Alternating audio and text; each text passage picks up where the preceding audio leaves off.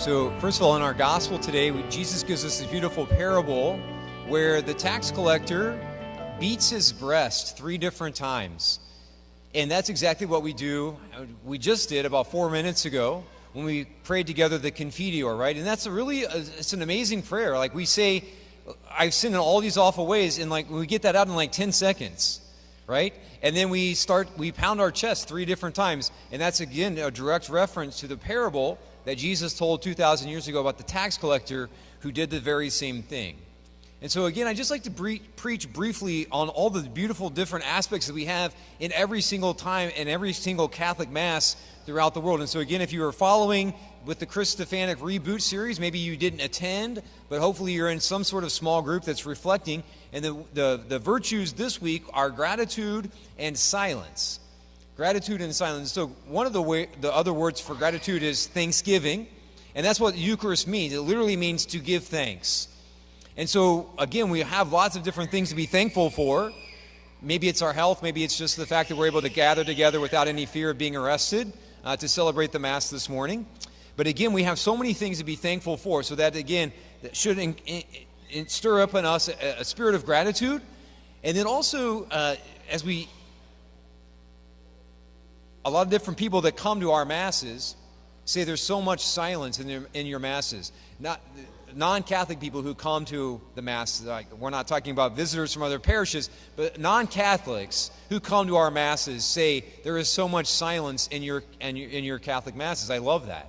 And so again, a lot of times I think we don't really recognize that, how much silence we have in contradiction to all the other non-Catholic Christian denominations and so forth. But we do. We have a lot of different silence throughout the Mass. And so again, and a lot of us need that. Some of us don't have hardly any other silence in our week. So again, we give thanks for all the different times in Mass where there's an opportunity just to sort of sit in silence or to pray.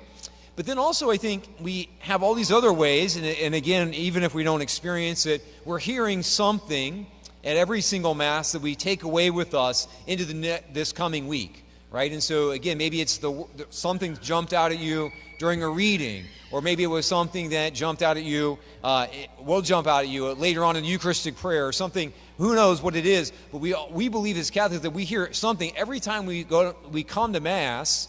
We hear something we draw strength from as we head into the next week, in this upcoming week. And so again, and I think a lot of times as well, the Church is a mother. Of course, Jesus founded the Church on Peter, but again, the Church is our mother.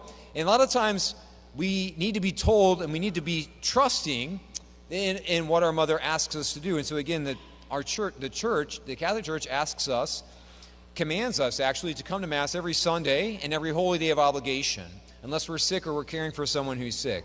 And again, a lot of times that's easy. Children inherently understand that they need to be doing what their mother tells them. But as we grow older, we can sometimes think we know better than the Church, right? In whatever areas that might be. And so again, Jesus praises the humility of the tax collector. And he also, the book of Sirach from our first reading, also praises the virtue of humility. Right? And so again, humility understands and has this idea that I'm not God. I need somebody beyond me to help me understand. And sometimes, obviously some areas of our life as we grow older, we know what to do.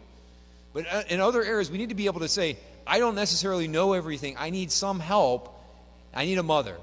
Right? And so again, that's why our Church, our mother, encourages us and in fact commands us to come to Mass every Sunday and Holy Day. And so, again, there's so many things to be thankful for at this and every Mass. And so, again, let us give thanks for this celebration that we're here, able to participate in it, that we are able to be here in person, and trusting, even if we're not aware of it, how everything that's happening here is changing us, even if we're not aware of it.